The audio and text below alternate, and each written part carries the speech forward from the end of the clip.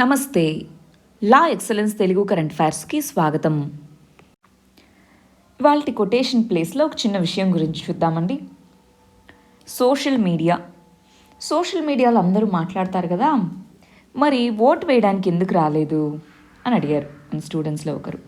నిన్న మనకి GHMC elections జరిగాయి కదా, ఆ కంటెక్స్లో సోషల్ మీడియాలో అయితే అందరూ ఓటు వేయాలి అది ఇదని మాట్లాడుతున్నారు కదా అండి, మరి ఓటు వేయడానికి ఎందుకు తక్కువ సంఖ్యలో వస్తున్నారు, ఏమంటారు మీరు అని అడిగారు. ఫస్ట్ విషయం, సోషల్ మీడియాలో ఉండేది చాలా తక్కువ మంది. ఫస్ట్ పాయింట్ కదా, అందరూ సోషల్ మీడియాలో యాక్టివ్గా లేరు. అదే ఒకటో పాయింట్, అసలు డిజిటల్ మీడియంకి యాక్సెస్ ఉన్నదే ఓవరాల్గా చూస్తే తక్కువ మంది. ఓకే, హైదరాబాద్ సిటీ కాబట్టి ఎక్కువ మందే ఉన్నారు అనుకుందాం, ఒకటో పాయింట్.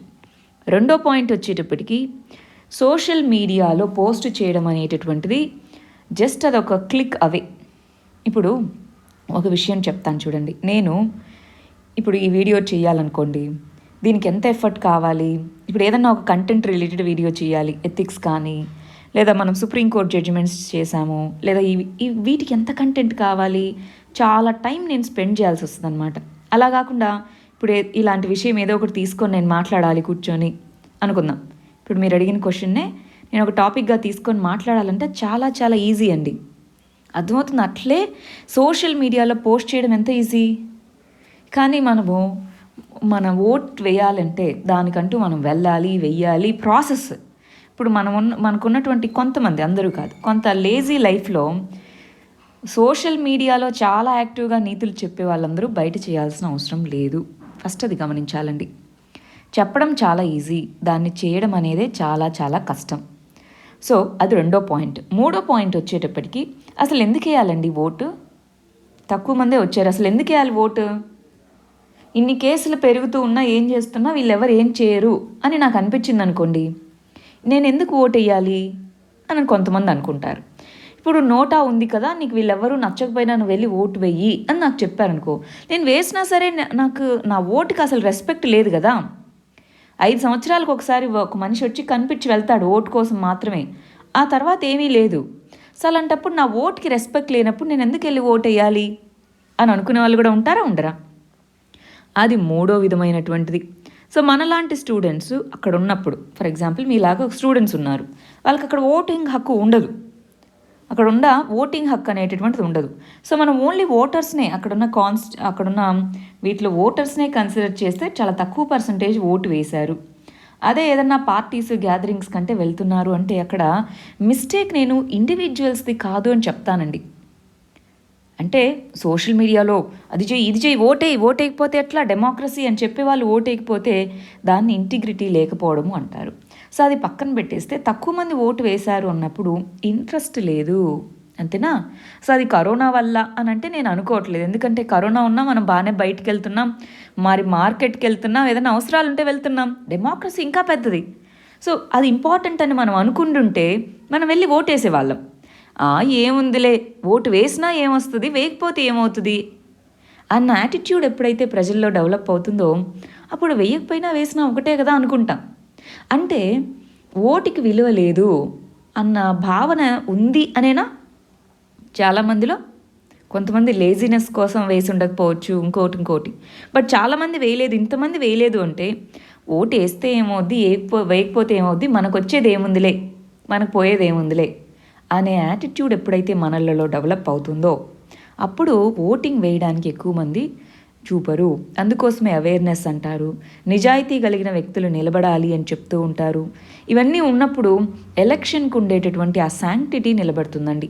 అవేమీ లేకుండా ఎలక్షన్ రోజు వచ్చి నువ్వు ఓటు వేయి అని అడిగి వెళ్ళిపోయావు, మళ్ళీ ఇంకొకసారి ఎలక్షన్ వస్తే కానీ మధ్యలో మళ్ళీ ఎప్పుడు కనిపించావు, అలాంటప్పుడు నేను ఎందుకు ఓటు వేయాలి అనుకునే వాళ్ళు కూడా ఉంటారు. లేదు, ఒక ఇంట్లో 5 మంది ఉన్నారు, ఏం వెళ్తాంలే అందరూ కలిసి కరోనా టైంలో అక్కడ నిల్చోవడం, ఇదంతా ఎందుకు, మనం ఓటు వేయకపోతే మనకేం నష్టం రాదు కదా, మనకేం ఇంట్లో వాటర్ కనెక్షన్ ఆగిపోదు, పవర్ కనెక్షన్ ఆగిపోదు, మనకి ఏమీ అక్కడి నుంచి రావట్లేదు, ఎందుకు ఓటు వేయాలి అనుకునే వాళ్ళు కూడా ఉంటారు. ఒకటి, అవేర్నెస్ పెరగాలి, మన ఓటు ఎంతో ఇంపార్టెంట్ అని. రెండోది, పొలిటికల్ సైడ్ నుంచి రిఫార్మ్స్ రావాలండి. అలా రెండు ఉన్నప్పుడే ఓటింగ్ పర్సంటేజ్ ఇదంతా పెరిగేది. మనం ఎప్పుడూ దీన్ని నారో స్కోప్ నుంచి చూడకూడదు, దీన్ని ఒక బ్రాడర్ వ్యూ పాయింట్ నుంచి ఆలోచిస్తే మన పొలిటికల్ వ్యవస్థలో ప్రాబ్లమ్స్ ఉన్నాయి. ఆ తర్వాతే మనం ఇండివిజువల్స్ ఇవన్నీ లేజినెస్ సోషల్ మీడియా ఇవంతా. సోషల్ మీడియాలో ఉండేది ఒక 30% 40%. వాళ్ళలో అందరూ మాట్లాడరు. వాళ్ళలో ఆ 30%లో చాలామంది చూస్తూ ఉంటారు. ఎవరైనా పోస్టులు చేసేవాళ్ళు చాలా తక్కువ మంది. చేసేవాళ్ళ మాటలు ఎక్కువ వినిపిస్తూ ఉంటాయి కాబట్టి మనం ఎక్కువ మంది చెప్తున్నారు అనుకుంటాం తప్ప సోషల్ మీడియాలో నిజంగా యాక్టివ్గా ఉండేవాళ్ళు ఉంటారు, లాగిన్ అయి ఉంటారు, వాళ్ళకి అన్ని అకౌంట్స్ ఉంటాయి. కానీ పోస్టులు యాక్టివ్గా చేసే వాళ్ళ సంఖ్య చాలా చాలా తక్కువ. సో 1 ఎలక్టోరల్ రిఫార్మ్స్, 2 సిటిజన్స్ల అవేర్నెస్, 3 నిష్పాక్షికంగా నిస్వార్థమైనటువంటి లీడర్స్. స్వార్థం ఉంటుంది, కొద్దిగా తక్కువ స్వార్థం ఉండేటటువంటి వాళ్ళు నిలబడినప్పుడు ఓటింగ్ పర్సంటేజ్ కూడా పెరుగుతుంది. ఎస్పెషల్లీ ఇలాంటి టైంలో వేయకపోతే ఏంటి వేస్తే ఏంటి అన్న క్వశ్చన్ వచ్చినప్పుడు వేయరు. అది నేను అనుకుంటున్నటువంటిదండి. సరే, మరి నిన్న ఇచ్చిన క్వశ్చన్స్కి ముందు ఆన్సర్స్ చూసి ఆ తర్వాత వాళ్ళ ఆర్టికల్స్లోకి వెళ్ళిపోదాం. ఫస్ట్ది గమనించాలి, ఆర్టీఐ చట్టము 2005కి సంబంధించి 2 స్టేట్మెంట్స్ ఇచ్చి ఆ రెండిట్లో ఏది కరెక్టో కనుక్కోమంటున్నారు. ఫస్ట్ చూడండి, ఆర్టీఐ చట్టం అనేటటువంటిది బ్యాలెన్స్ చేస్తుంది ఈ సిటిజన్స్ రైట్ టు ఇన్ఫర్మేషన్ని, రైట్ టు ప్రైవసీని బ్యాలెన్స్ చేస్తుంది అన్నారు. అవునా కాదా అండి? ఎస్. మనకి సెక్షన్ 8(1) ఉందండి. దాంట్లో ప్రైవసీ, థర్డ్ పార్టీ ఇన్ఫర్మేషన్ ఇవన్నీ ఇవ్వకూడదని ఉంది దాంట్లో ఆల్రెడీ. సో అది బ్యాలెన్స్ చేసేలాగే ఆర్టీఐ చట్టం ఉంది, యాజ్ అ ప్రిన్సిపల్ ఉంది. సో ఒకటోది కరెక్ట్. రెండోది, ఏదైనా ఇన్ఫర్మేషన్ అఫీషియల్ సీక్రెట్స్ యాక్ట్ కింద పెడితే దాన్ని డిస్క్లోజ్ చేయలేరు పబ్లిక్కి అంటున్నారు. ఆర్టీఐ చట్టం కింద చేయలేమా? చేయొచ్చు. ఎప్పుడు చేయొచ్చు? అది పబ్లిక్ ఇంట్రెస్ట్ ఉంది అంటే చేయొచ్చు. సో ఇది తప్పేనప్పుడు ఆన్సర్ ఏమవుతుంది? A(1) only. మరి దీనికి కూడా చాలామంది కరెక్ట్ ఆన్సర్ రాయలేదు. ఎందుకో ఒకసారి చూసుకుంటారా? నెక్స్ట్, సో ఏ స్టేట్మెంట్స్ నోటాకి సంబంధించి కరెక్టో చెప్పండి అంటున్నారు. 2 పాలిటీనే, 2 మంచి విషయాలే. మెయిన్స్ కూడా ఇవి 2 important. NOTA, none of the above option అంటున్నాం. సో నోటాకి సంబంధించి ఈ 2 స్టేట్మెంట్, ఈ 4ట్లో ఏది కరెక్టో చెప్పమన్నారు. నోటా అనేటటువంటిది not a negative vote in India. Negative vote కాదు అంటున్నారు. కరెక్టేనా? కరెక్ట్ అనిపిస్తుంది. బట్ మిగిలిన స్టేట్మెంట్స్ కూడా చూసి అప్పుడు నిర్ణయించుకుందాం. రెండవది, నోటా కనుక మ్యాక్సిమం ఓట్స్ వస్తే ఆ కాన్స్టిట్యుయెన్సీలో మరి రీఎలక్షన్స్ అనేవి కండక్ట్ చేస్తారు. ఆర్పిఐ చట్టం 1951 కింద. అవునా కాదా? కాదు, చేయరు. అదే కదా ప్రాబ్లం. రెండోది, నోటా అనేది రాజ్యసభకి అప్లికబుల్ అవుతుంది. కాదు, నోటా ఓన్లీ డైరెక్ట్ ఎలక్షన్స్. రాజ్యసభలో ఏ విధమైన ఎలక్షన్స్ ఉంటాయంటే ఇండైరెక్ట్ ఎలక్షన్స్ ఉంటాయి. సో ఈ స్టేట్మెంట్ అనేటటువంటి తప్పు. మరి ఒకటోది కరెక్ట్ అనిపిస్తుంది కాబట్టి ఆన్సర్ ఏ అండి. నెగిటివ్ ఓట్ కాదది. అంటే మనము నోటా వేస్తే ఆ వ్యక్తికి ఓట్ల సంఖ్య తగ్గిపోదు. నెగిటివ్ ఓట్ కాదు. సరే, ముందు మనం ఫస్ట్ ఆర్టికల్ ఏంటో చూద్దాం. మన ఫస్ట్ ఆర్టికల్ జిఎస్టీ ఇన్ఫ్లోస్కి సంబంధించి. జిఎస్టీ మొత్తం మనం కలెక్షన్స్ 1 lakh crore దాటింది నవంబర్లో అని చెప్తున్నారనమాట. అక్టోబర్లో కూడా 1,00,000 కోట్లు దాటింది, నవంబర్లో కూడా 1,00,000 కోట్లు దాటింది అని చెప్తున్నారు. మామూలుగా మన ఎస్టిమేట్స్ ప్రకారం ఏంటి అంటే ప్రతి నెల కూడా 1 lakh crore దాటాలి. కానీ లాస్ట్ ఫ్యూ మంత్స్లో చాలా తక్కువగా ఉండింది. ఈ 2 monthsలో కొద్దిగా ఎకనామిక్ యాక్టివిటీ పెరిగింది కాబట్టి జిఎస్టీ కలెక్షన్స్ పెరిగాయి. ఇంతకీ జిఎస్టీ అంటే ఏంటి, దాని బేసిక్స్ ఏంటి, అది ఎలా మనం జిఎస్టీని క్యాలిక్యులేట్ చేస్తాం, ఇవన్నీ మీకు తెలుసని అనుకుంటున్నా. తెలుసా అండి? జిఎస్టీ అనేటటువంటిది ఏంటి అన్నది క్లారిటీ ఉందా?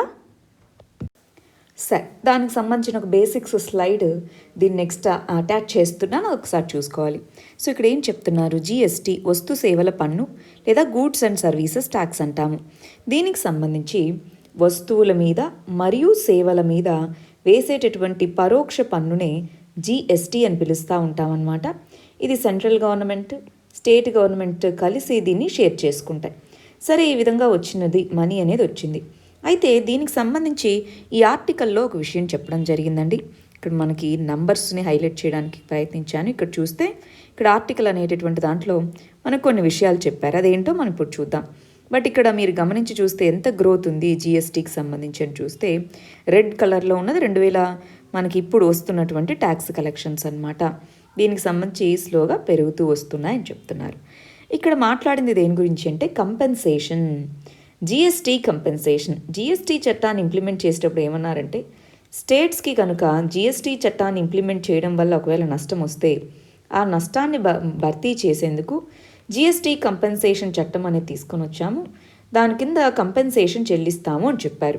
కానీ లాస్ట్ కొన్ని మంత్స్లో స్టేట్స్కి నష్టం వచ్చింది, కానీ అసలు జిఎస్టీ కలెక్షన్సే సరిగా లేవు కాబట్టి ఈ కంపెన్సేషన్ అమౌంట్ని మేము ఇవ్వలేకపోతున్నాము, ప్రస్తుతానికి మేము ఇవ్వలేము, మీరు ఎక్కడి నుంచైనా అప్పు తెచ్చుకోండి, మాకు జిఎస్టీ మంచిగా రాగానే అప్పుడు మీకు ఆ జిఎస్టీ సెస్ అంటాము, జిఎస్టీ మీద విధించేటటువంటి అడిషనల్ ట్యాక్స్ని జిఎస్టీ సెస్ అంటాం, ఆ జిఎస్టీ సెస్ నుంచి మీకు ఈ అమౌంట్ని ఇస్తాము అన్నట్టుగా సెంటర్ చెప్పడం జరిగింది. ఇప్పుడు ఈ విధంగా ఓవరాల్గా జిఎస్టీ కలెక్షన్స్ పెరగడం అనేటటువంటిది మంచి విషయమే, అది మనం ఇక్కడ చెప్పచ్చు అనమాట. సరే, ఒకసారి ఇక్కడ గూడ్స్ అండ్ సర్వీసెస్ ట్యాక్స్ అంటే ఏంటి అని ఒకసారి చూసుకుంటారా అండి? గూడ్స్ అండ్ సర్వీసెస్ ట్యాక్స్ అంటే ఏంటి, దానికి సంబంధించిన బేసిక్స్ ఉన్నాయి, ఒకసారి చూడండి. నెక్స్ట్ ఆర్టికల్ సైన్స్ అండ్ టెక్నాలజీకి సంబంధించింది, కోవిడ్ వ్యాక్సిన్కి సంబంధించింది. వ్యాక్సినేషన్ ప్లాన్ అంటున్నారు. సో ఇక్కడ ఏం చెప్తున్నారంటే, హెల్త్ సెక్రటరీ ఏం చెప్తున్నారంటే, ఇప్పుడు ప్రతి ఒక్కరికి వ్యాక్సిన్ ఎందుకు ఇవ్వాలండి? కోవిడ్-19కి సంబంధించి యూనివర్సల్ వ్యాక్సినైజేషన్ అనే అసలు ఆ అవసరం ఉందా లేదా అన్నది ముందు మనం పరిగణించాలి అని చెప్తున్నారు. ఎందుకని, ఏ విధంగా చెప్తున్నారు ఇక్కడ అంటే, ఫర్ ఎగ్జాంపుల్ ఏ కమ్యూనిటీస్లో అయితే ఈ వైరస్ ఎక్కువగా వచ్చే అవకాశం ఉందో వాళ్ళకి వ్యాక్సిన్స్ ఇచ్చేసి ట్రాన్స్మిషన్ ఒకరి నుంచి ఒకరికి స్ప్రెడ్ అవ్వకుండా చూసుకుంటే సరిపోతుంది కదా. ప్లస్ వ్యాక్సిన్ తయారవగానే అది అందరికీ ఇవ్వాలి అని లేదు, దాని ఎఫిషియన్సీని ఎఫికసీని ముందు కొన్ని రోజులు పరిగణించాలి అది ఇచ్చిన తర్వాత. సో యూనివర్సల్ వ్యాక్సినైజేషన్ అనే దానికి మేము ముందు వెళ్ళాలి అని అనుకోవట్లేదు, అది ఫస్ట్ పాయింట్. రెండోది వచ్చేటప్పటికి ఈ వ్యాక్సిన్ యొక్క సేఫ్టీ. రీసెంట్గా ఏమొచ్చింది అంటే, మరి SII serum institute of India అనేటటువంటిది టెస్ట్ చేసినటువంటి వ్యాక్సిన్ ఏదైతే ఉందో ఆ వ్యాక్సిన్ నాకు టెస్ట్ చేసిన తర్వాత ఈ విధంగా సైడ్ ఎఫెక్ట్స్ వచ్చాయని ఒకరు కంప్లైంట్ చేయడం జరిగిందనమాట. ఎవరైతే ఆ క్లినికల్ ట్రయల్స్లో పార్టిసిపేట్ చేశారో ఆ వ్యక్తి ఏం చెప్పారంటే, ఇది తీసుకున్న తర్వాత నాకు కొన్ని అడ్వర్స్ ఇంపాక్ట్స్ ఉన్నాయని చెప్పారు. దానికి మరి ఏంటి, ఒక విషయం ఆలోచించండి, వ్యాక్సిన్ తయారు చేశారు, దాన్ని ఒక వ్యక్తి మీద లేదా ఒక గ్రూప్ ఆఫ్ పీపుల్ మీద హ్యూమన్ ట్రయల్స్ అంటాం, అది హ్యూమన్ ట్రయల్స్ చేయడం అన్నటువంటిది ఎథికలేనా అండి? ఎథికల్ వాల్యూగా మనం దాన్ని పరిగణించవచ్చా? ఇప్పుడు దానివల్ల వాళ్ళ ప్రాణానికి హాని కలగచ్చు, వాళ్ళకే ఆ పర్టికులర్ వైరస్ సోకచ్చు, మరి దాన్ని ఎథికల్ అంటామా? ఎస్. ఎందుకు ఎథికల్ అంటాము? మరి దానివల్ల చాలా ఎక్కువ మందికి వ్యాక్సిన్ అందబోతుంది. సేఫ్ వ్యాక్సిన్ అనేది ట్రయల్స్ చేస్తేనే కదా సేఫ్ కాదో తెలిసి, ఒకవేళ సేఫ్ కాదంటే మాడిఫై చేసి లార్జ్ స్కేల్ ఉపయోగం అనేది ఉంటుంది. కాబట్టి మనం ఆ వ్యాక్సిన్ సేఫ్టీ అనేది ఉంది, అది ఎథికల్ అని చెప్తాం. సరే, దీనికి సంబంధించి ఇండియాలో ఏ విధమైనటువంటి రెగ్యులేటరీ మెకానిజమ్స్ ఉన్నాయి? ఇప్పుడు ఆమె లేదా ఆ పర్సన్ చెప్పినట్టు ఈ విధంగా ఉంటే ఏ విధమైనటువంటి ఇన్స్టిట్యూషన్స్ ఉన్నాయి? ఫస్ట్ మనకి PIC అంటాం, వెరీ ఇంపార్టెంట్ పదం అండి. ప్రయర్ ఇన్ఫార్మ్డ్ కన్సెంట్ అంటే ముందుగానే ఆ వ్యక్తికి చెప్తారు. ఇది కొద్దిగా మీకు ఎస్సేస్లో వీటిలో ఉపయోగపడుతుంది, అందుకని చెప్తున్నాను. సో ప్రయర్ ఇన్ఫార్మ్డ్, ముందుగా వాళ్ళకి ఇన్ఫార్మ్ చేస్తారు. ఎవరైతే వాలంటీర్స్ క్లినికల్ ట్రయల్స్లో పార్టిసిపేట్ చేస్తారో వాళ్ళకి ముందుగా ఇన్ఫార్మ్ చేస్తారు, ఇది పరిస్థితి ఈ విధంగా ఉండబోతుంది అని. వాళ్ళంతా ఓకే అన్న తర్వాతే వాళ్ళని క్లినికల్ ట్రయల్స్లో పార్ట్గా తీసుకుంటారు. వాళ్ళకి చెప్తారు దీనికి ఈ విధంగా అడ్వర్స్ ఎఫెక్ట్స్ ఉండొచ్చు అని. సో అది ముందే ఉంటుంది. దాంతోపాటు మనకి ఒకవేళ ఇలాగేదైనా అడ్వర్స్ ఈవెంట్స్ ఉన్నాయి అంటే మనకి DCGI, drug controller general of India అనేటటువంటిది రెగ్యులేటర్ అనమాట. ఓవరాల్గా ఈ వ్యాక్సిన్స్కి వీటికి అప్రూవల్స్ ఇవ్వాల్సిన రెగ్యులేటర్ DCGI. ఈ రెగ్యులేటర్ అనేటటువంటిది ఇండిపెండెంట్గా ముందు ఒక కమిటీని వేసి రిపోర్ట్ అడుగుతుంది, ఇలా ఉన్నాయంట ఏం చేద్దామని చెప్పి. అది కాకుండా ప్రతి దీనికి సంబంధించి ప్రతి ఇన్స్టిట్యూషన్స్కి ఎథిక్స్ కమిటీ అనేది ఏర్పాటు చేయడం జరుగుతుంది. DCGI అనేది for example serum institute of India, దానికి ఎథిక్స్ కమిటీ ఉంటుంది. భారత్ బయోటెక్స్ ఒక ఎథిక్స్ కమిటీ ఉంటుంది. సో అది రిపోర్ట్ని ఈ రెగ్యులేటర్కి ఇస్తుంది. దాంతోపాటు డేటా సేఫ్టీ మానిటరింగ్ బోర్డ్స్ అనేటటువంటి ఉంటాయండి. ఈ డేటా సేఫ్టీ మానిటరింగ్ బోర్డ్ అనేటటువంటిది ఏం చేస్తుంది, ఎంతవరకు క్లినికల్ ట్రయల్స్ అనేటటువంటివి ఈ డేటాని మనకు ప్రజెంట్ చేస్తున్నవి ట్రూ డేటా ఉంది, ఎంతవరకు ఫాల్స్ కాదు. సో ఇలాగా డేటా సేఫ్టీ ఎంత ఉంది అని మానిటర్ చేసుకునేటటువంటి బోర్డ్స్ ఉన్నాయి. సో వీటి వల్లనూ ఇలాంటి అడ్వర్స్ ఎఫెక్ట్స్ ఏమైనా ఉంటే అది మానిటర్ చేసుకుంటూ ఉంటుంది. వాటితో పాటు మనకి వీటన్నిటిని ఇవి ఇచ్చేటటువంటి రిపోర్ట్స్ వీటన్నిటి ఆధారంగా DCGI, drug controller general of India అనేటటువంటిది యాక్షన్ తీసుకుంటుంది. సో అన్ని ఇన్స్టిట్యూషనల్గా మంచి మెకానిజమ్సే ఉన్నాయి. ఇలా ఏదైనా సైడ్ ఎఫెక్ట్స్ వచ్చింది అంటే దాన్ని చూసుకునేందుకు సిస్టమ్స్ అన్ని ప్లేస్లోనే ఉన్నాయి, ఏం వరీ అవ్వాల్సిన అవసరం లేదన్నారు. దీన్ని మీరు ఎక్కడ వాడుకోవచ్చు అంటే ఏదైనా మీరు ఒక ఎథిక్స్ కేస్ స్టడీ రాస్తున్నారు, ఇలా వచ్చింది ఒక ఇన్స్టిట్యూట్లో, మీరు అక్కడ ఈ రెగ్యులేటరీ బాడీలో ఒక మెంబర్, అప్పుడు మీకు ఏ విధంగా మీరు రెస్పాండ్ అవుతారని అడిగినప్పుడు కేస్ స్టడీ రాసుకునేందుకు ఈ పదాలు మీకు చాలా యూజ్ అవుతాయి. Drug controller general of India ఉంటుందని, డ్రగ్ సేఫ్టీ మానిటరింగ్ బోర్డ్స్ ఉంటాయని, ప్రయర్ ఇన్ఫార్మ్డ్ కన్సెంట్ ముందే తీసుకుంటారని, ఇవి మీరు మెన్షన్ చేయగలిగితే మీ కేస్ స్టడీలో కానీ ఆన్సర్లో కానీ చాలా మంచి వాల్యూ అడిషన్ అవుతుంది. నెక్స్ట్ ఆర్టికల్ ఫార్మర్స్ ప్రొటెస్ట్కి సంబంధించిందండి. ఇది మధ్య మనం ప్రతిరోజు చదువుతూ ఉన్నాం, అవునా? సో ఫార్మర్స్ ప్రొటెస్ట్కి సంబంధించి మరి ఫార్మర్స్ ఏం అడుగుతున్నారు? మాకు ఎంఎస్పి మినిమం సపోర్ట్ ప్రైస్కి సంబంధించి లీగల్ అష్యూరెన్స్ కావాలి. మీరు మాట చెప్పేసి ఇదిగో మేము చేస్తాంలే మీరు వెళ్ళిరండి అంటే కుదరదు. మాకు లీగల్ అంటే ఒక చట్టం ద్వారా మినిమం సపోర్ట్ ప్రైస్ ఉంటుంది అని చెప్పి మాకు అష్యూరెన్సెస్ ఇవ్వాలి. ఇలాంటి కొన్ని డిమాండ్స్ని పెట్టడం జరిగింది. మరి ఫైనల్గా ఏ కంక్లూజన్ అనేది రీచ్ అవ్వలేదు. దాంతో ఫార్మర్స్ ప్రొటెస్ట్ని ఆపలేదన్నమాట. మామూలుగా ఏమన్నారు, మీరు వచ్చి మమ్మల్ని మీట్ అవ్వండి అన్నారు. సో టాక్స్ అనేటటువంటివి జరిగిన దాంట్లో ఏ విధమైన కంక్లూజన్ లేకపోవడం వల్ల, ఏ డీల్ అనేది రీచ్ అవ్వకపోవడం వల్ల ఫార్మర్స్ ప్రొటెస్ట్ అనేటటువంటివి కంటిన్యూ అవుతూ ఉన్నాయి. ఇది ఇక్కడ చెప్తున్నటువంటి విషయం అండి.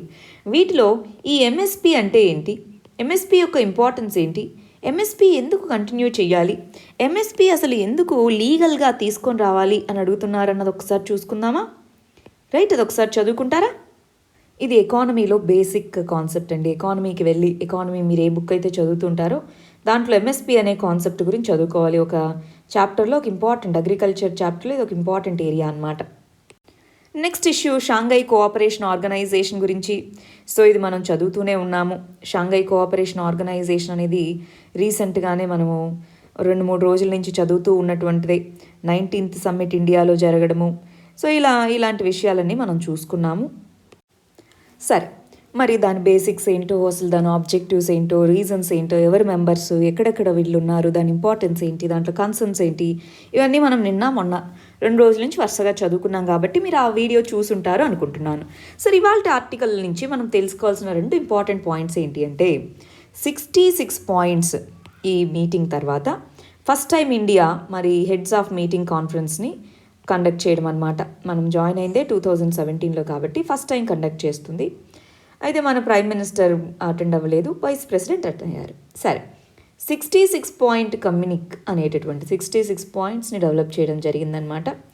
దీంట్లో plan of priority practical measures దేనికి సంబంధించి socio economic, financial, food consequences ఏవైతే COVID-19కి సంబంధించి మన రీజన్లో మన 8 సభ్య దేశాలు ఉన్నాయి దీంట్లో ఎస్సీఓలో, అవునా?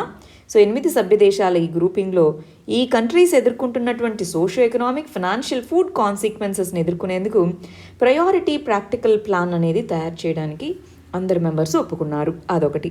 రెండోది, మన ఇండియాకి ఇది ఎందుకు ఇంపార్టెంట్ అంటే సార్క్ అనేటటువంటి గ్రూపింగ్. సార్క్ అంటే ఏంటి? South Asian Association for Regional Cooperation. సార్క్తో ఉన్నటువంటి రిలేషన్షిప్ చాలా వీక్గా ఉంది ఇండియా పాకిస్తాన్. దీనివల్ల BBIN, భూటాన్, బంగ్లాదేశ్, ఇండియా, నేపాల్ అంటాం. సో దీంట్లో కూడా నేపాల్ కొద్దిగా మరి చైనాకి బాగా క్లోజ్ అవ్వడము, భూటాన్ అనేటటువంటిది ఇది రోడ్ నెట్వర్క్ అనమాట. రోడ్ నెట్వర్క్, ట్రాన్స్పోర్ట్, వీటికి సంబంధించి పొల్యూషన్ అవుతుందని చెప్పి దీన్ని పక్కన పెట్టడము, సో అది చేసింది. RCEPలో మనము రీసెంట్గా మెంబర్గా మేము ఉండము అని చెప్పాము.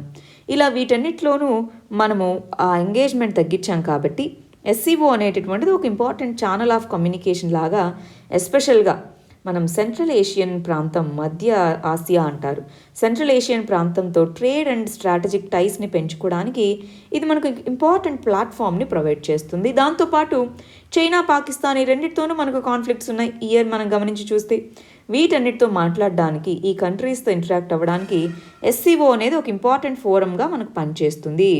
సో దీని యొక్క ఫైనల్ అవుట్కమ్ ఏంటి అంటే ఈ 66 పాయింట్ కమ్యూనిక్ దేనికి సంబంధించి plan of priority practical measures COVID-19 ఇంపాక్ట్స్ని ఎదుర్కోవడం కోసం. అవి 2 పాయింట్స్ నోట్ చేసుకోండి, మిగిలినవన్నీ మొన్న చదువుకున్న దాంట్లోంచి నోట్ చేసుకుంటాం. Next article WHO సంబంధించినటువంటిదండి. దీన్ని అటు ఇంటర్నేషనల్ రిలేషన్స్లోనూ ఇటు సోషల్ ఇష్యూస్, హెల్త్ ఇష్యూస్ కిందనూ చదువుకుంటాం. ఆల్రెడీ మనకి ఫస్ట్ స్ట్రెయిన్ ఆఫ్ వైరస్, ఈ కోవిడ్ వైరస్ కనుక్కుని 1 year అయిపోయింది. కేసులు చైనాలో మరి వుహాన్ ప్రాంతంలో ఫస్ట్ మొదలయ్యాయి. 1 year అయిపోయింది. అసలు ఈ వైరస్ ఎక్కడి నుంచి ఆరిజినేట్ అయింది? ఆరిజిన్స్ ఆఫ్ వైరస్ అనేటటువంటిది ఇప్పటికీ తెలియదు. అది కనుక్కోవాల్సినటువంటి బాధ్యత ఎవరికి ఉంది? ఇంటర్నేషనల్ ఆర్గనైజేషన్ అయినటువంటి WHO ఏదైతే ఉందో దాని మీద ఆ రెస్పాన్సిబిలిటీ ఉందా లేదా అండి? ఎస్. సో అసలు WHO అంటే ఏంటో ఒకసారి చూద్దాం. చూడండి, వరల్డ్ హెల్త్ ఆర్గనైజేషన్, ఇది UN కింద ఉన్న స్పెషలైజ్డ్ బాడీ అన్నమాట. దీని కింద directorate general of executive board అనేది కూడా ఉంది. మరి ఇది ఫేస్ చేస్తున్న ప్రాబ్లం ఏంటి? దీని కింద మనకి 6 రీజన్స్గా వరల్డ్ని డివైడ్ చేసి ఉందన్నమాట. సరే, పొలిటికల్ అపాయింటీస్, సో అందుకని దాంట్లో పనిచేసే వాళ్ళ క్రెడిబిలిటీ మీద క్వశ్చన్. ఫండింగ్ అనేటటువంటిది వాలంటరీ కాంట్రిబ్యూషన్సే. ఇది ఓన్లీ అడ్వైజరీ బాడీ మాత్రమే. ఇది చైనాని గట్టిగా అడిగి ఏం చైనా ఎక్కడి నుంచి మొదలైంది దాన్ని అడిగేదానికి లేదు. ఇన్ఫర్మేషన్ తెచ్చుకునే సోర్సెస్ దీనికి లిమిటెడ్గా ఉన్నాయి. సో అలాంటి టైంలో చైనా నుంచి ఏ విధంగా అది లార్జ్ స్కేల్లో మరి ఇన్ఫర్మేషన్ తెచ్చుకోవాలంటే ఏ విధంగా తెచ్చుకోగలదు? అది ఒక క్వశ్చన్గా మారింది. సో ఆ కంటెక్స్లో USA అనేది క్రిటిసైజ్ చేసి ఇది అంతే, అసలు ఈ WHO అనేది అస్సలు సపోర్టివ్గా లేదు అని చెప్పి మన ట్రంప్ ఉన్నప్పుడు USA దీని నుంచి బయటకు వచ్చేస్తామని అనౌన్స్ చేసింది. దాంతో మరి దాని డబ్బులు తగ్గిపోతాయేమో, USA అనేది ఎక్కువ డబ్బులు WHOకి కాంట్రిబ్యూషన్ చేస్తూ ఉంటుంది, ప్లస్ WHO పని చేయట్లేదని చెప్పినట్టే కదా దాని మీనింగ్. బయటికి వెళ్ళిపోవడం అంటే దాని యొక్క క్రెడిబిలిటీ తగ్గిపోతుందన్న భయాలు మొదలయ్యాయి. సో ఇక్కడ అపాయింట్మెంట్ అనేవి ట్రాన్స్పరెంట్గా జరగాలి, ఇవన్నీ చెప్పారు. బట్ ఇక్కడ ఇంత స్లోగా ఎక్కడ ఆరిజిన్స్ అని కనుక్కోకపోవడం, ఒక సంవత్సరం పైబడిపోతున్నా సరే చైనాతో కలిసి ఎక్కడ ఆరిజిన్స్, కొంతమంది ఈ ఫుడ్ మార్కెట్స్ అన్నారు. సో ఈ ఆరిజిన్ అనేది ఫుడ్ మార్కెట్లో ఆరిజినేట్ అయిందా మరి? సో ఎక్కడైంది అని మరి కనుక్కోవాలా వద్దా? సో ఆ బాధ్యతని తీసుకోవాలి. దాన్ని ఖచ్చితంగా త్వరితగతిన అసలు దాన్ని కనుక్కొని ఇలాంటివి మళ్ళీ రాకుండా చూసుకోవాలి. అవునా కాదు? ఎంత కుదేలైపోయిందండి వరల్డ్ మొత్తం ఎకానమీ కానీ హెల్త్ సిస్టమ్స్ కానీ. సో అలాంటిది మళ్ళీ రాకుండా చర్యలు చేపట్టగలగాలి. నెక్స్ట్ ఆర్టికల్ వచ్చేటప్పటికి గవర్నాన్స్కి సంబంధించిందండి. గవర్నాన్స్లో ప్రిజనర్ రైట్స్, అంటే ప్రిజనర్స్కి ఎవరైతే జైల్లో ఉన్నారో సో వాళ్ళ యొక్క రైట్స్కి సంబంధించినటువంటి ఆర్టికల్ అన్నమాట. మరి ఇక్కడ చెప్తున్నటువంటిది రెండు రకాల డైమెన్షన్స్ నుంచి. ఒకటి, ఎవరైతే జైలులో ఉంటున్నారో సో వాళ్ళకి ఈక్వల్ ట్రీట్మెంట్ అనేది ఉండాలా వద్దా. రెండోటటువంటిది పర్సన్స్ విత్ డిజబిలిటీస్ అంట. పర్సన్స్ విత్ డిజబిలిటీస్ ఎవరైతే ఉన్నారో మరి వాళ్ళకు ఉండేటటువంటి రైట్స్, జైల్లో ఉన్నా సరే కొన్ని రైట్స్ అనేటటువంటి ఉంటాయి, మరి ఆ రైట్స్ని రెస్పెక్ట్ ఇవ్వాలా వద్దా.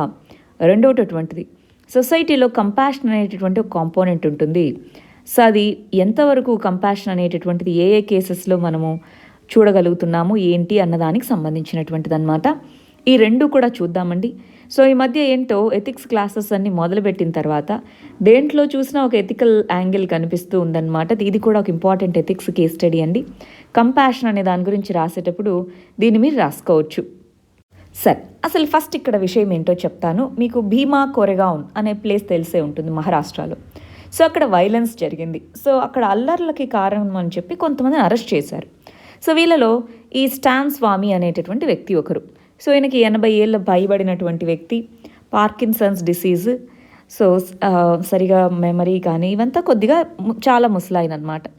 అతన్ని NIA నేషనల్ ఇన్వెస్టిగేటింగ్ అథారిటీ యొక్క కస్టడీలో జైల్లో ఉన్నారు. అయితే ఆయన ఏం రిక్వెస్ట్ చేశారంటే, ఇదిగో నేను గ్లాస్ పట్టుకోలేకపోతున్నాను, సో నాకు ఒక ఇదిగో ఇట్లాంటి ఒక సిప్పర్ ప్లస్ ఒక గ్లాస్ ప్రొవైడ్ చేయండి, సో నాకు గ్లాస్ హోల్డ్ చేయలేకపోతున్నానని చెప్పారనమాట. సో మహారాష్ట్రలోనే ఒక జైల్లో ఉంటున్నారు. సో ఇలాంటి కంటెక్స్లో ఇక్కడ చెప్తున్నది ఏంటి అంటే, ఆ తర్వాత మేము ఇచ్చాము అని చెప్పి పోలీసులు చెప్పారు, కానీ 20 రోజులు పట్టింది, మళ్ళీ కోర్టు ఆదేశాలు ఇచ్చేంతవరకు ఇవ్వలేదు అని చెప్పి ఇంకొంతమంది చెప్పడం జరిగింది. సో ఇలాంటి కంటెక్స్లో మరి దానికి సంబంధించి ఇంకా దర్యాప్తు జరుగుతుంది. అడగగానే మేము ఇచ్చామని జైలు అధికారులు చెప్తున్నారు. లేదు, కోర్టు ఆర్డర్ ఇచ్చేదాకా 20 రోజులు వెయిట్ చేశాము అని చెప్పారు. అందుకే మనకి అర్నబ్ గోస్వామి కేసు ఎందుకంత హైలైట్ అయిందనుకున్నారు? ఇలా చాలామందికి సంబంధించి రైట్స్ వైలేట్ అవుతూ ఉన్నాయండి ప్రిజన్స్లో, ఇలా బెయిల్ ఇవ్వకుండా ఇలాగా. మరి అంత ఇమ్మీడియట్గా ఒక్కరోజు సుప్రీంకోర్టు కలగ చేసుకొని మరి బెయిల్ ఇచ్చింది. సో ఇంత ముసలి వాళ్ళు ఇలా ఉన్నప్పుడు మరి వీళ్ళ మీద కేసులు ఉన్నాయి, కేసులు లేవని కాదు, అది ఇంకా ప్రూవ్ అవ్వలేదు కదా, సో అలాంటి వాటికి చిన్న చిన్న విషయాల్లోనూ డిస్క్రిమినేట్ చేస్తూ మరి ఎందుకు బెయిల్ ఇచ్చారన్నది అప్పుడు గొడవ అనమాట. సరే అది పక్కన పెట్టండి. ఇక్కడ మరి ఆ డిసీజ్ అండ్ డిసబిలిటీ అనేటటువంటి దానికి యుఎన్ కింద UN convention on rights of persons with disabilities దీంట్లో ఉంది. సో డిజబిలిటీస్కి సంబంధించిన రైట్స్ డీటైనీస్ ప్రిజనర్స్కి కూడా ఉంటాయి. ఇండియా అనేటటువంటిది ఈ పర్టికులర్ కన్వెన్షన్లో సిగ్నేటరీ. సో అలాంటప్పుడు మరి ఇక్కడ డిజబిలిటీస్లో ఉన్న వ్యక్తికి ట్రీట్మెంట్ కానీ ఇవన్నీ అందించాలా వద్దా, అది ఒకటోది. రెండోది, మన ఇండియాలో కూడా చట్టం ఉంది, rights of persons with disabilities act అని చెప్పేసి. దీన్ని ప్రొవైడ్ చేయడానికి convention on rights of persons with disabilities CRPD అంటాం.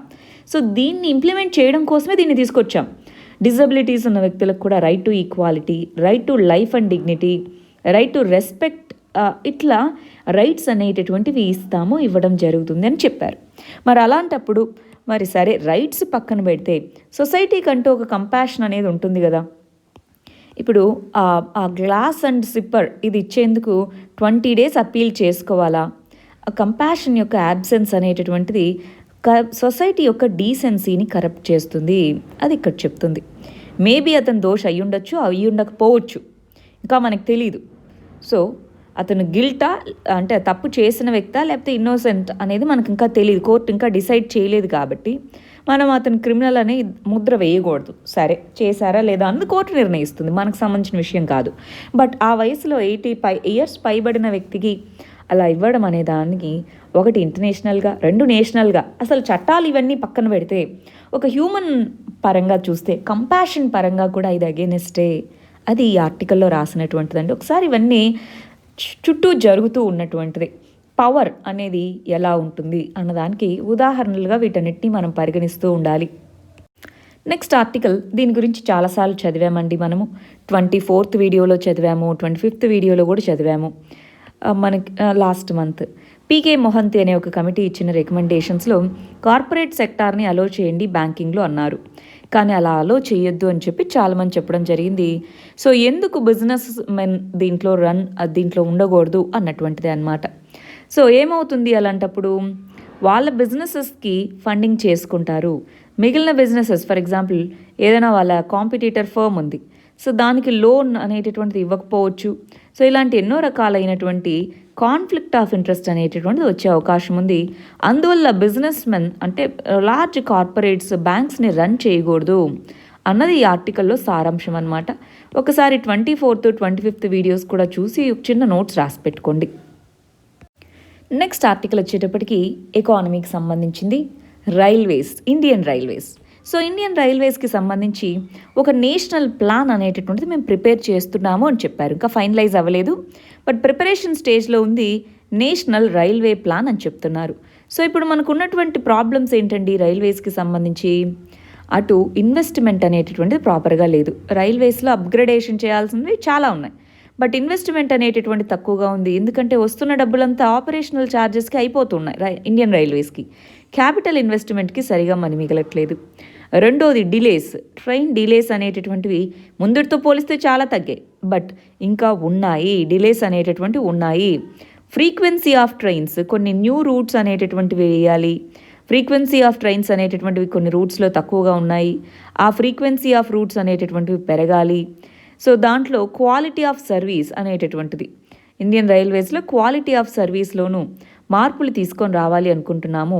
వీటన్నిటి మీద మేము వర్క్ చేస్తూ ఒక పాలసీని తీసుకొని రాబోతున్నాం అన్నట్టుగా మరి సెంట్రల్ రైల్వే బోర్డు యొక్క CEO చెప్పడం జరిగింది. బట్ అది ఇంకా రిలీజ్ చేయలేదండి. అది రిలీజ్ చేశాక మనము క్లియర్గా చూద్దాము, రైట్. నెక్స్ట్ ఆర్టికల్, చార్ధమ్ యాత్ర అంటున్నాము. చార్ధమ్ యాత్ర అంటే ఏంటి ఇంతకీ? ఉత్తరాఖండ్లో ఉండేటటువంటి 4 ఇంపార్టెంట్ పిలిగ్రిమేజ్ ప్లేసెస్ అన్నమాట. సో యమునోత్రి, కేదార్నాథ్, గంగోత్రి మరియు బద్రీనాథ్, ఈ 4 పిలిగ్రిమేజ్ ప్లేసెస్. సో వాటన్నిటినీ కనెక్ట్ చేస్తూ ఒక నేషనల్ హైవే బిల్డ్ చేయడము, అది చార్ధమ్ యాత్ర ప్రాజెక్ట్ అన్నమాట. సో రైల్ కనెక్టివిటీ వీటన్నిటినీ తీసుకొని వచ్చేందుకు, రైల్ కనెక్టివిటీ, రోడ్ కనెక్టివిటీ, వీటన్నిటి కోసం ప్రయత్నాలు జరుగుతూ ఉన్నాయి. ఈ కంటెక్స్లో చార్ధమ్ ప్రాజెక్ట్, ఎస్పెషల్గా రోడ్ ప్రాజెక్ట్, ఈ ఏరియాస్లో రోడ్డు ప్రాజెక్ట్ అనేటటువంటిది చాలా క్రిటిసైజ్ చేయడం జరిగింది. ఎందుకని? ఈ ఉత్తరాఖండ్లో ఉన్న ఈ ప్రదేశాలన్నీ కూడా చాలా ఎన్విరాన్మెంటల్లీ సెన్సిటివ్ జోన్స్. అక్కడ ల్యాండ్ స్లైడ్స్ ఇవి ఎక్కువగా వస్తూ ఉంటాయి. ముందే మౌంటైన్స్ చాలా ఫ్రెజైల్గా ఉన్నప్పుడు మరి వాటిని ఇంకా కట్ చేయడము, వాటి వల్ల ల్యాండ్ స్లైడ్స్ పెరగచ్చు, ఫ్లడ్స్ పెరగచ్చు. మీకు ఉత్తరాఖండ్ ఫ్లడ్స్ 2013 గుర్తున్నాయా అండి? హ్యూజ్ స్కేల్లో కేదార్నాథ్ ఫ్లడ్స్ అని కూడా పిలుస్తూ ఉంటారు. సో అలాంటి ఫ్లడ్స్ ఇవన్నీ ఇంకా ఎక్కువ అవుతూ ఉంటాయి ఈ రోడ్డు కన్స్ట్రక్షన్ వల్ల అని చెప్పి కొంతమంది క్రిటిసైజ్ చేస్తున్నారు. మరి సుప్రీంకోర్టు ఆల్రెడీ చెప్పింది కదా, ఇలాంటి వాటిలో సెన్సిటివ్ ఏరియాస్ ఏవైతే ఉంటాయో వాటికి సంబంధించి రోడ్డుకి సంబంధించి విడ్త్ ఇదంతా కూడా ఎలా ఉండాలి ఇవన్నీ చూసుకోండి మౌంటైన్ టెర్రైన్లో అని సుప్రీంకోర్టు చెప్పినా సరే వినకుండా వీళ్ళు ఇలా కడుతున్నారు అని చెప్పి కొంతమంది ఎన్విరాన్మెంటల్ యాక్టివిస్ట్స్ వీళ్ళు కంప్లైంట్ చేయడం జరిగిందనమాట. ఎకలాజికల్ డ్యామేజ్ అనేటటువంటిది జరుగుతుంది అని చెప్పి. బట్ దీనికి సంబంధించి రోడ్ ఎందుకు ఇంపార్టెంట్ అంటే, ఒకటి వీటిని కనెక్ట్ చేసేందుకు, వీటిని కనెక్ట్ చేయడంతో పాటు ఈ బార్డర్ రీజియన్స్ వరకు మనకి రోడ్డు కనెక్షన్ బాగుంటుంది. అది స్ట్రాటజిక్గా ఇంపార్టెంట్, గమనించాలి. ఇటు సైడ్ అంతా టిబెట్ అటోనామస్ ప్రాంతం. సో దానికోసం కూడా మరి గవర్నమెంట్ ఇలా రోడ్డు కన్స్ట్రక్షన్ అనేటటువంటిది త్వరితగతం చేయడానికి ప్రయత్నిస్తూ ఉందన్నమాట. బట్ ఎన్విరాన్మెంటల్లీ సెన్సిటివ్ అయినప్పుడు దీనికి ఆల్టర్నేటివ్ ఏంటి అది కదా చూడాలి, అది ఇక్కడ చెప్తున్న విషయం. నెక్స్ట్ ఆర్టికల్ ఇంటర్నేషనల్ రిలేషన్స్కి సంబంధించిందండి. నగార్నో కర్బాక్ రీజన్ అంటున్నా. సో ఈ నగార్నో కర్బాక్ రీజన్లో ఇది ఏంటి అసలు, ఇంతకీ ఈ రీజన్ ఏంటి అంటే, అటు అర్మేనియా ఇటు అజర్బైజాన్ అనే 2 కంట్రీస్ మధ్యలో ఉన్న కాన్ఫ్లిక్ట్ రీజనే నగార్నో కర్బాక్ రీజన్ అంటాము. ఈ రీజన్ అనేటటువంటి దానికోసం రీసెంట్గా యుద్ధం జరిగింది. సో ఈ యుద్ధం ఏదైతే జరిగిందో దాంట్లో అజర్బైజాన్ విన్ అవ్వడం జరిగింది, అర్మేనియా ఓడిపోయింది. ఇది ఇంతకుముందు అజర్బైజాన్కి సంబంధించిన ప్రాంతమే, కానీ అంతకుముందు జరిగిన 1990s జరిగిన యుద్ధంలో అర్మేనియా దీని కంట్రోల్లో ఉంచుకుందన్నమాట. ఇప్పుడు ఇది వీళ్ళకి వెళ్తుంది. మరి ఆ ప్రాంతంలో ఏ విధంగా సీజ్ ఫైర్ కండిషన్స్ తీసుకొని రావాలి, వాటన్నిటికీ సంబంధించి మరి రష్యన్ ప్రెసిడెంట్ పుతిన్ పీస్ మేకర్గా ఇక్కడ రోల్ ప్లే చేస్తున్నారు. ఏ విధంగా 2 సైడ్స్ కూడా సీజ్ ఫైర్ని పాటించాలి, వీటన్నిటికీ సంబంధించి మంతనాలు జరుపుతున్నారు అన్నది ఈ ఆర్టికల్. మరి దీని గురించి మనం చాలా డీటెయిల్డ్గా ఒక వీడియోలో చూసాం, మీకు గుర్తుందా? డ్రోన్ వార్ అని ఒక వీడియో చేశాము, డ్రోన్ వార్ఫేర్ అని. దాంట్లో science and technology related drone వార్ఫేర్తో పాటు అసలు ఈ నగర్నో కర్బాక్ రీజన్ అంటే ఏంటి, ఇక్కడ జరిగిన గొడవలు ఏంటి, అసలు ఆ ప్రాంతం ఇంతకు ముందు కూడా ఎలాంటి కాన్ఫ్లిక్ట్లో ఉంది, ఇంతకీ రష్యా అసలు ఎందుకు పాల్గొనింది, ఇవన్నీ మనం చూసాం. చూడండి, ఈ పాయింట్స్ అన్నీ కూడా చదివి ఉన్నాం. ఎవరన్నా ఒకవేళ ఆ వీడియో చూడని వాళ్ళు ఉంటే మన ఛానల్లో డ్రోన్ వార్ఫేర్ అనే వీడియో ఉంటుందండి. దాంట్లో మన అజర్బైజాన్ దీనికి సంబంధించిన విషయం అంతా ఉంటుంది. సో ప్రాంతం అయితే జాగ్రఫికల్గా మనకు అర్థమైపోయింది.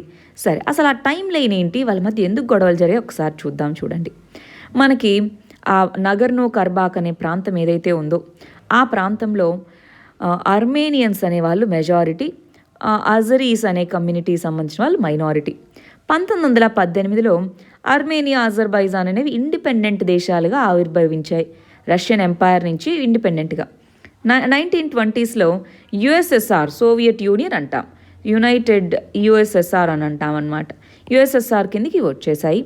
ఈ నగర్నో కర్బాక్ మాత్రం అటోనామస్ ప్రాంతంగా మిగిలిపోయింది. మళ్ళీ 1988లో నగర్నో కర్బాక్ రీజన్ అనేటటువంటిది అర్మేనియన్ రిపబ్లిక్లో జాయిన్ అవ్వాలి అని ఒక రెజల్యూషన్ని పాస్ చేస్తుంది, కానీ జాయిన్ అవ్వదు.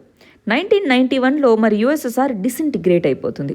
అప్పుడు అర్మేనియన్ సపరేటిస్ట్ ఎవరైతే ఉంటారో అర్మేనియాకి సంబంధించిన వాళ్ళు నగర్నో కర్బాక్ రీజన్ని సీజ్ చేస్తారు. సో అప్పుడు వార్ జరుగుతుంది. అప్పుడు అర్మేనియా విన్ అవుతుందన్నమాట. కానీ ఇంటర్నేషనల్గా మనకి నగర్నో కర్బాక్ రీజన్లో పీస్ ప్రాసెస్ ఉండాలి అని చెప్పేసి యుఎన్ కింద ఎన్నో ఇవన్నీ జరుగుతాయి టాక్స్. అయినా సరే సీజ్ ఫైర్ వైలేషన్స్ 2 సైడ్ల నుంచి జరుగుతూ ఉంటాయి. 2020లో మళ్ళీ గొడవలు జరిగినప్పుడు ఈసారి అజర్బైజాన్ అనేది విన్ అవుతుంది. ఆ విధంగా ఇప్పుడు సిచ్యువేషన్ ఉంది. మరి ఇదంతా యుఎస్ఎస్ఆర్ కింద ఉన్నటువంటి కంట్రీ కాబట్టి, ప్లస్ ఇంతకుముందు రష్యన్ ఎంపైర్లో ఉన్నటువంటిది కాబట్టి రష్యాకి కొద్దిగా ఈ ప్రాంతంలో ఎక్కువ ఇన్ఫ్లుయెన్స్ ఉంది. అందువల్ల రష్యన్ ప్రెసిడెంట్ దీంట్లో ఇన్వాల్వ్ అవ్వడం అనమాట. మరి వాళ్ళకి మన లాస్ట్ ఆర్టికల్ చూడండి, ఎకానమీకి సంబంధించింది. ఎకానమీలో పిఎంఐ అంటున్నారు. పిఎంఐ అంటే పర్చేజర్స్ మేనేజర్స్ ఇండెక్స్ అనేటటువంటిది మ్యానుఫ్యాక్చరింగ్ అనేటటువంటిది లూజింగ్ ద స్టీమ్, తగ్గుతుంది అన్నట్టుగా చెప్తున్నారు. మామూలుగా పర్చేజర్స్ మేనేజర్స్ ఇండెక్స్ అంటే ఏంటి అంటే అండి, మనకి మామూలుగా ఐఐపి అని ఇంకొక ఇండెక్స్ ఉంటుందన్నమాట, ఇండెక్స్ ఆఫ్ ఇండస్ట్రియల్ ప్రొడక్షన్. అంటే లాస్ట్ మంత్ ఇండస్ట్రియల్ ప్రొడక్షన్ ఏమయ్యింది అని పాస్ట్ డేటాని బట్టి ఈ ఐఐపి అనే ఇండెక్స్ మనకి ఇదిగో ఇలా ఉండింది ఎకానమీ అని చెప్తూ ఉంటుంది. అది నేషనల్ స్టాటిస్టిక్స్ ఆఫీస్ అనేది పబ్లిష్ చేస్తుంది, గవర్నమెంట్. అది కాకుండా మనకి పిఎంఐ అనేటటువంటిది ఈ మంత్ ఎలా ఉండబోతుంది అంటే పిఎంఐ అనేది ఫ్యూచర్ని ఇండికేట్ చేస్తుంది. ఇక్కడ ఐహెచ్ఎస్ మార్కెట్ అనే కంపెనీ దీన్ని రిలీజ్ చేస్తుంది అనమాట. గవర్నమెంట్ కాదు, ఒక ప్రైవేట్ కంపెనీ. సో ఇది ఏ విధంగా దీన్ని రిలీజ్ చేస్తుంది అంటే మేనేజర్స్ని వీళ్ళని అడుగుతుంది, మీరేమనుకుంటున్నారు మ్యానుఫ్యాక్చరింగ్కి సంబంధించి ఎలా ఉంటుంది అనుకుంటున్నారు అని చెప్పేసి.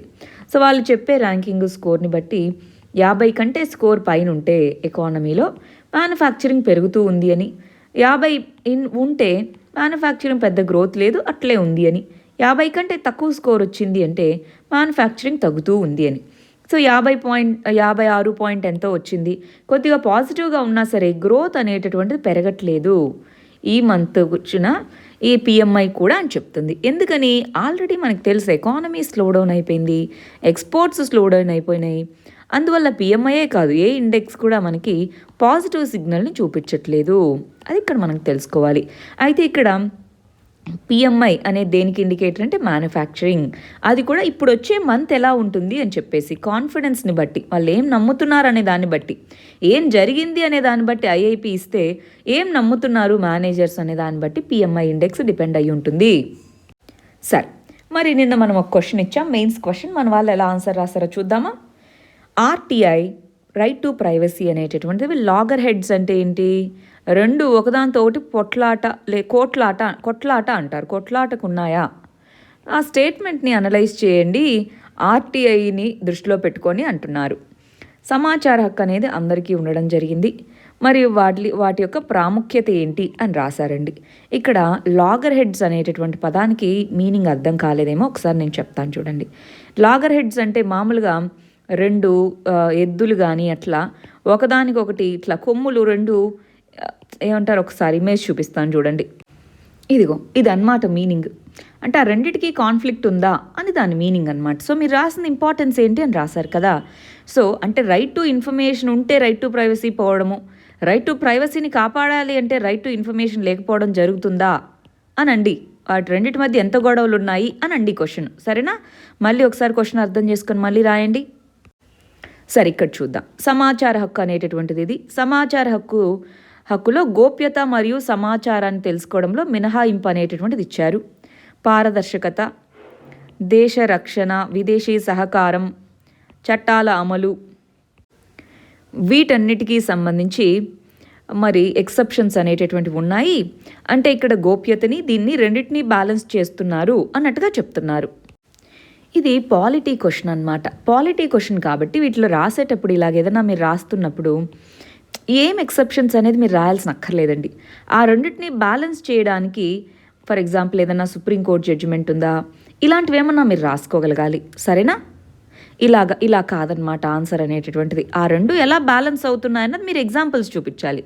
ఫర్ ఎగ్జాంపుల్ ఇలాంటి కేసులో ఆర్టీఐ పిటిషన్ని కొట్టివేసింది, ఇలాంటి ఏమన్నా ఎగ్జాంపుల్స్ ఉంటాయి చూసారా, అవి మీరు రాయాల్సి ఉంటుంది. కొద్దిగా మార్చాలి, ఇదంతా మార్చాలన్నమాట ఆన్సర్. సరే, ఇక్కడ చూడండి. సో రీసెంట్లీ ఈ కేసులో బాంబే హైకోర్టు అనేటటువంటిది రైట్ టు ప్రైవసీ దీనికి ఇంపార్టెన్స్ ఇవ్వండి అని చెప్పడం జరిగింది. పుట్టస్వామి కేసులో కూడా చెప్పడం జరిగింది. ఇదిగో ఈ విధంగా మనకి ఇన్ఫర్మేషన్ అనేది ఎంత ఇంపార్టెంట్, ఎక్సెప్షన్స్ కూడా అంతే అన్నారు. సో కాన్ఫ్లిక్ట్ అనేటటువంటిది ఎప్పుడు వస్తుంది ఈ ఫండమెంటల్ రైట్స్కి, ఈ రెండు ఫండమెంటల్ రైట్స్కి ఎప్పుడు కాన్ఫ్లిక్ట్ అనేటటువంటిది వస్తుంది అన్నట్టుగా కొన్ని ఉదాహరణలు రాస్తున్నారు. వాటికి సంబంధించి ఎగ్జాంపుల్స్ కూడా రాశారు. గుడ్. బట్ ఇక్కడ ఇంపార్టెంట్ ఏంటి అంటే ఏదన్నా మీరు సుప్రీంకోర్టు జడ్జిమెంట్ కానీ అలాగేమన్నా ఉంటే రాయండి. బట్ కంపారిటివ్లీ మంచి ఆన్సర్ రాశారండి. అంటే ఎందుకు కాన్ఫ్లిక్ట్ వస్తుంది, ఏది వే ఫార్వర్డ్ అవ్వాలి అని రాశారు. గుడ్. ఇక్కడ చూడండి. సో మెయిన్ ఆబ్జెక్టివ్ ఇది, రైట్ టు ప్రైవసీ అనేటటువంటిది ఇది బ్యాలెన్స్ చేస్తుంది. ఇది ఏరియాస్ ఆఫ్ కాన్ఫ్లిక్ట్స్ అనేటటువంటివి ఎక్కడొస్తున్నాయి, వాటికి సంబంధించి సుప్రీంకోర్టు జడ్జిమెంట్స్. ఈ విధంగా మీరు ఫైనల్ ఎగ్జామ్లో రాయగలిగితే మంచిదే అండి. కానీ ఇవన్నీ మనకు గుర్తుంటాయా ఫైనల్ ఎగ్జామ్కి వెళ్ళేటప్పటికి, ఒకసారి ఆలోచించండి. ఇవన్నీ ఇప్పుడు మనము ఈ క్వశ్చన్కి ఆన్సర్ రాయాలి కాబట్టి రీసోర్సెస్ అన్నీ చదువుకొని నీట్గా ఆన్సర్ రాస్తాం. కానీ ఇవన్నీ ఎగ్జామ్ హాల్లో కూర్చున్నా గుర్తుంటాయా అన్నది ఒక క్వశ్చన్ అనమాట. సో అందుకని ఏం చేస్తారంటే ఏదో ఒక కేసు 1-2 గుర్తుపెట్టుకోండి. ఆ తర్వాత ఇదిగో వీటిని రాయండి. సో ఎలాంటి కేసులో దేన్ని బ్యాలెన్స్ చేయొచ్చు, ఎక్సెంప్షన్స్ ఇవి ఉన్నాయి అని రాయండి. ఫైనల్గా ఇది రాసుకోండి. ఇది మనం ప్రాక్టికల్గా ఎగ్జామ్ హాల్లో కూర్చున్నాక ఇవన్నీ గుర్తొస్తాయి లేదా అని చూడాలి. ఇలా రాయగలగడం మంచిదే, కానీ ఎగ్జామ్ హాల్లో ఇవన్నీ గుర్తు రావన్నది నా ఒపీనియన్ అనమాట. ఒకసారి చూసుకోండి. ఫర్ ఎగ్జాంపుల్ ఇలా ఉంటాయి, 1-2 కేసులు గుర్తుండొచ్చు. సరే, ఇక్కడ చూడండి. పారదర్శకత అంటే ఏంటి, గోప్యత హక్కు అంటే ఏంటి, సో దీనికి మినహాయింపులుగా ఉన్నాయి, దానికి సంబంధించి సుప్రీంకోర్టు అనేటటువంటిది ఓకే ఏం చెప్పింది అన్నారు. సో ఏ విధంగా మరి గోప్యత యొక్క హక్కుని ఏ విధంగా మరి బ్యాలెన్స్ చేయాలి అన్నదే మీరు రాయాలండి. బ్యాలెన్స్ చేయాలి అని కాదు, ఏ విధంగా బ్యాలెన్స్ చేయాలి అన్నది. ఫైనల్ కంక్లూజన్ బాగుంది, బట్ ఏ విధంగా బ్యాలెన్స్ చేయాలి, ఏ విధమైన ఎక్సెప్షన్స్ ఇచ్చారో రాయండి. కొన్ని ఎక్సెప్షన్స్ ఉంటాయి కదా ఆర్టీఐ చట్టంలో, ఆ ఎక్సెప్షన్స్ ఉన్నాయి కాబట్టి రెండింటినీ బ్యాలెన్స్ చేస్తుంది అని రాయండి. ఏదన్నా మీరు ఇందాక రాసినట్టు 2 బ్యాలెన్స్ చేస్తూ చెప్పిన సుప్రీంకోర్టు జడ్జిమెంట్ ఏదైనా ఉంటుంది కదా, అది రాయండి. సరే, ఇక్కడ గవర్నమెంట్ బాడీస్ ఉన్నాయి, లిమిటేషన్స్ ఆబ్లిగేషన్స్ అనేటటువంటి ఉన్నాయి. సో ఇవన్నీ అవసరం లేదండి, ఇవంతా కూడా మనం అడగలేదు. ఆ రెండిటికి ఏంటి అంటే ఆర్టీఐ చట్టానికి రైట్ టు ప్రైవసీకి, ఆర్టీఐ రైట్ టు ఇన్ఫర్మేషన్కి, రైట్ టు ప్రైవసీకి ఏ విధంగా చట్టంలో బ్యాలెన్సెస్ ఉన్నాయి అన్నదే మనం రాయాలి. రైట్, ఒకసారి చూసుకోండి. సరే, ఇది ఇవాల్టి మన మెయిన్స్ క్వశ్చన్. దీనికి ఆన్సర్ రాయడానికి ప్రయత్నించండి. ఇవి మన ప్రిలిమ్స్ క్వశ్చన్స్. వీటికి ఆన్సర్స్ కమెంట్ సెక్షన్లో ఇవ్వడానికి ప్రయత్నించండి. మరి మనం వీటికి కరెక్ట్ ఆన్సర్స్ ఏంటో చూద్దాం. All the very best. Thank you very much.